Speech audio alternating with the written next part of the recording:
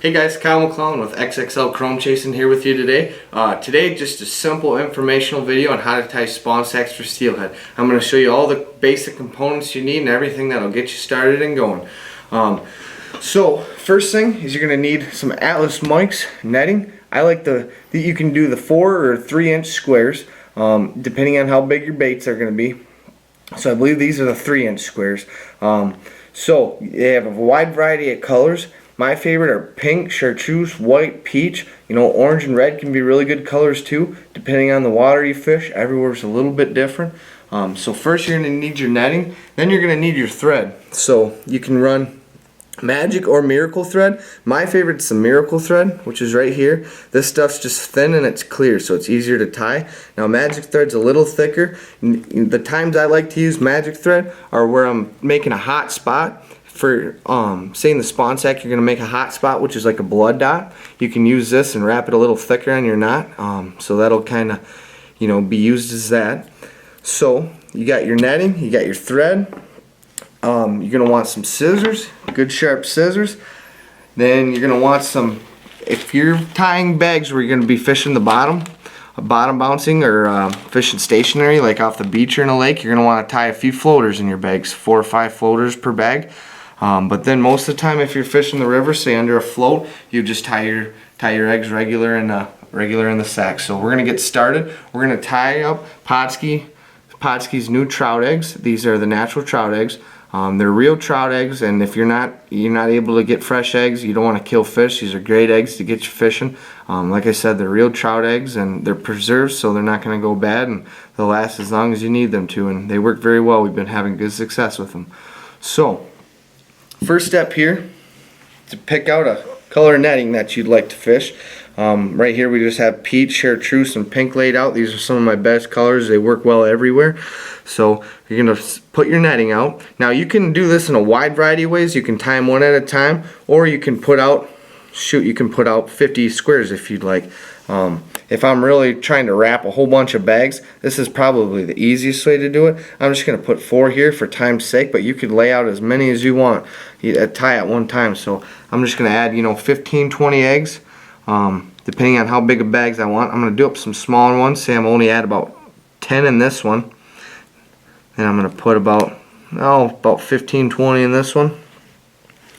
And about 10 in this one again. So I'm just going to make a variety of sizes here. So like I said, if you lay them all out, you can do it step by step, one step at a time, and it just helps you tie quicker. So I'm going to go here, I'm going to wrap all these. I'm going to fold the corners so my eggs are right in the middle. Then I'm just going to twist. I'm going to twist so that the eggs are nice and snug. Okay, then I'm going to take my Miracle thread here. I'm going to wrap it right at the base of the knot, top of the eggs. 1, 2, 3, 4, 5. Kind of snug it tight. 1, 2, 3, 4, 5. Snug it tight. 1, 2, and snap it. Okay, now I'm going to trim it. So normally I would go through them all and wrap them, and then I'll go through and trim them all at the end. So I'm going to trim this just above the knot, and you have a perfect spawn bag ready to fish. Now, once you have your spawn bag tied, when you go to hook these things, a lot of people, this is a little mistake I see a lot of people make. A lot of people will just bury that hook right inside the spawn bag, but you don't really want to do that because you won't hook your fish too well when you get a bite. A lot of times you'll have, it happened to me many times when I first started. I'd bury that hook so, theoretically it hides the hook, but then you get a lot of, hook a fish and head shake off, and like, man, how'd that fish come off? But this, by hooking it like this, just inside the netting, opposite side of the knot is what I like to do. Now this hook's a little big for this bag than I typically like, but this is the same concept though. Just inside the netting, opposite side of the knot, so that hook's nice and exposed, and you're going to get a great hook set on that fish, and you're going to stick them. So that's the best way to do it right there. I don't like to put it in the knot just because it kind of doesn't, I'm kind of picky about it because I don't think it rides right and it doesn't look great to me.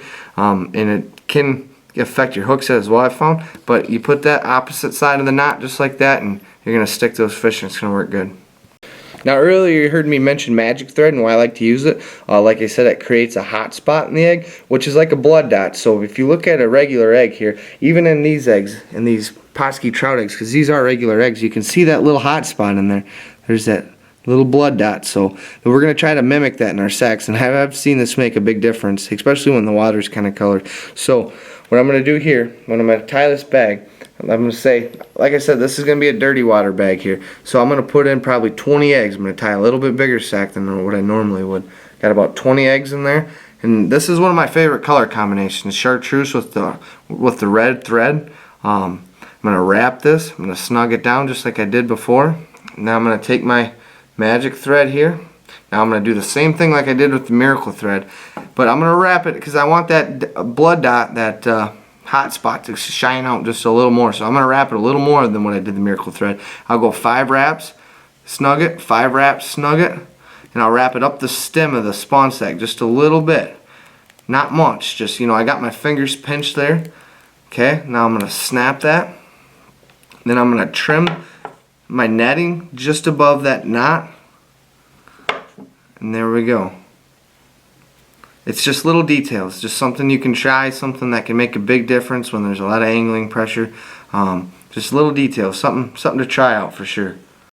So now I'm going to talk to you about what size and what colors to use depending on the water you fish. Everywhere's a little different. Certain colors work better in certain areas than others.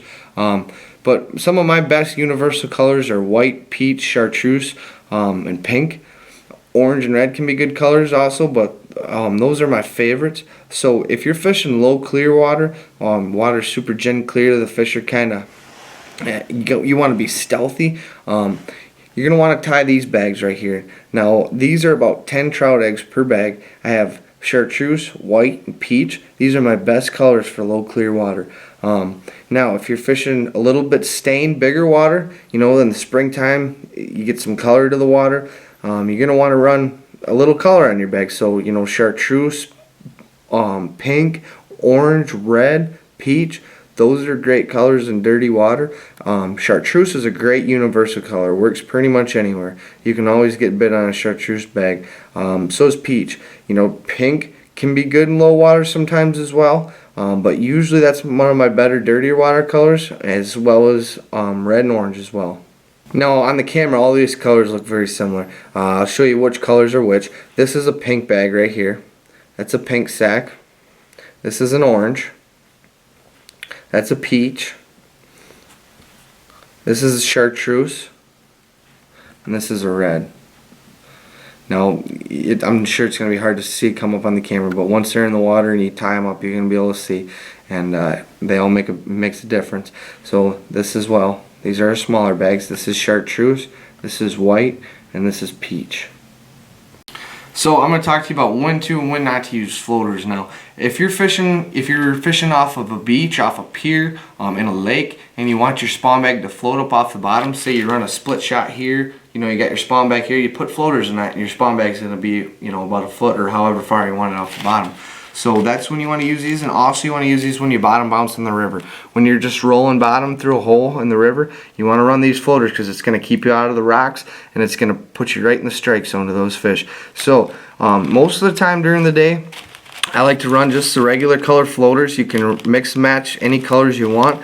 These Atlas Mike's floaters come in many different colors. You know, you can buy packs of all chartreuse, all orange, all pink. This is an assortment pack, so you pretty much got everything to work with. I like to assort them in my bags too, give them a little different color. And like I mentioned earlier in the video, these also can add a hot spot to your egg as well. So, you know, like I said, most of the time I like to run these during the day, but if you're fishing early morning, late in the evening, you can put some of these glow floaters in there as well, and those work really good. I love fishing these. Like I said, especially early in the morning. I've also had it when I'm fishing at night, or I get to a spot early in the morning, an hour before dark or before daylight. I'll put a bag on with some glow floaters and bottom bounce with my clients, and we can hit a good amount of fish a lot of times early in the morning. So these are our glow floaters. A lot of times when there's a lot of anglers on the water, I'll get to a spot with my clients an hour before, 2 hours before daylight even, and I'll fish an hour in the dark, and I'll tie about 5 or 6 of these in my bags, and I'll shine them up with an LED light, and these really just stand out in your bags, and they work really good in the dark hours as well. So that's a little trick right there. You run these early in the morning, late in the evening, and you're going to have great success. So first I'm going to tie a floater spawn sack for low clear water. If you're rolling bottom, just a single split shot and a hook through a gen clear stream, this is what you're going to want to run right here. So I got my netting. I'm just going to put about 10 trout eggs in this square, because these floaters are going to take up a lot of space too. So I got about 10 trout eggs, and for these little bags all you're going to need is about 2 floaters. So I got about 2 floaters for about 10 trout eggs. There might even be more like a dozen in there, but this is perfect though. So I'm just going to wrap that up. Twist 5-6, twist 5-6, twist 5-6, snap it. Trim it above the knot. Then you run about a size 8-10 Raven Specialist hook with this bag, and that's going to be a deadly combination for rolling bottom right there. And I'll show you how they float as well. So this is our bag for low clear water. There's about 10 trout eggs in this sack, and there's just 2 Atlas Mike's floaters in there. And I got chartreuse floaters. This, like I said, this is a low clear bag. So as you can see, that's gonna float perfect for you, and that's gonna make your bait just float just up off the bottom, right in the strike zone. Keep it out of the rocks, keep it out of the wood just a little bit. It's gonna reduce the amount of snags you have, and it's gonna be very effective. So now I'm going to tie a bigger sack for, fishing dirtier water. When the water's like up in the springtime, you got heavy flows, dirty water. You're going to want to tie a little bigger bag. You can run a variety of different color floaters in there. We're going to tie up a pink one right now. That's probably my best dirty water color. So I'm going to put about 20 eggs in this sack or so. I'm going to tie a pretty good size sack here. So there's 20, maybe even a few more. I'm tie a pretty big one.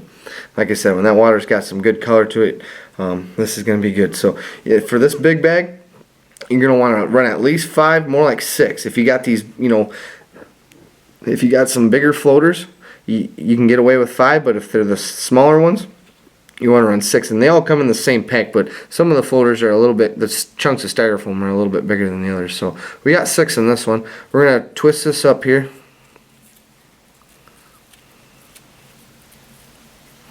Twist that up. We're going to take our miracle thread. I'm going to wrap it. Now when I tie floaters too, I don't like to use magic thread with your floaters, because those floaters, the styrofoam with that magic thread, the magic threads are a little more bulky, so it has a harder time to cinch it down. So when you run these floater bags, you want to run the miracle thread, because it's a little thinner and it's going to make your knot a little tighter. So that's 6 floaters. That's about 25, I'm guessing, eggs, maybe a few more, but that's a good sized bag though. That's perfect for dirty water steelhead fishing. Then, like I showed you before, that's going to float. You can see those trout eggs milking in that water. It's milking off great scent. That's going to float just above the rocks, the zebra mussels. Keep it just above the timber a little bit, and it's going to work really good for you. So now I'm going to tie up a glow floater bag. So like I said, I like to get to the river when there's a lot of angling pressure in the springtime. I like to get to the river a couple hours early with my clients, So a lot of times we'll start at 5:30 a.m. and we'll fish an hour or 2 in the dark, and we'll bottom bounce big spawn sacks with glow floaters in them. And we can usually do very good on the fish before people get out. Now, when it's dark out, you're not going to have to be as stealthy. You can run big bait. You can put a lot of floaters in them. The fish are going off the scent. They're not going to have time to key in on those little details. So we're going to tie a big bag here. We're going to run about 25 eggs in this one, because this is not going to matter at dark. They're going to shark it. So we got maybe even 30 in there. We got a good pile of eggs in there, but this is going to turn out to be a perfect bag for us. Now we're going to run a few more floaters as well. We're going to put 7-8 floaters in this bag, because like I said, you're not trying to hide the floaters here. It's dark out, early in the morning, late in the afternoon. The fish aren't going to have time to key in, and they're just going, that glow is going to enhance your bag. So we're going to even maybe put a couple more. So I got 1, 2, 3, 4, 5, 6, 7, 8. We're going to put 10 in there. We're going to put 10 in there.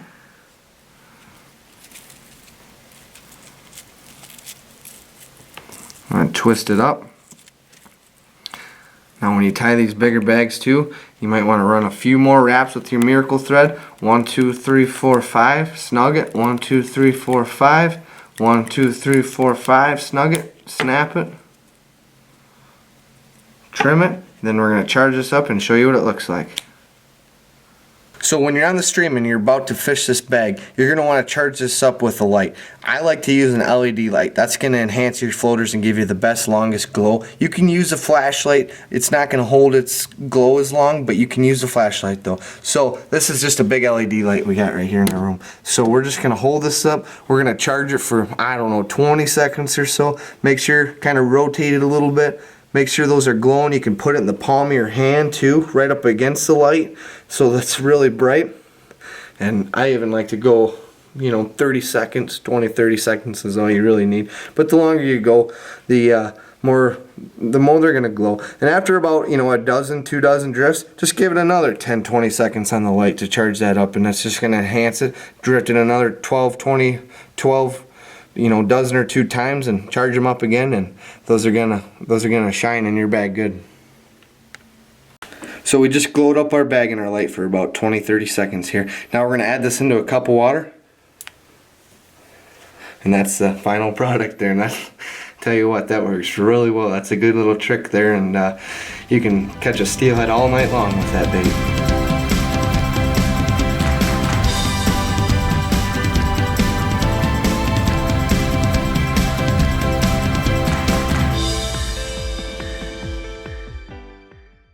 Pautzke products are available at sporting goods stores near you. If you can't find the specific color, size that you want, make sure to go to Pautzke.com. And as a thank you for watching Pautzke Outdoors, we're going to show you a coupon code to be used for 10% off your next order.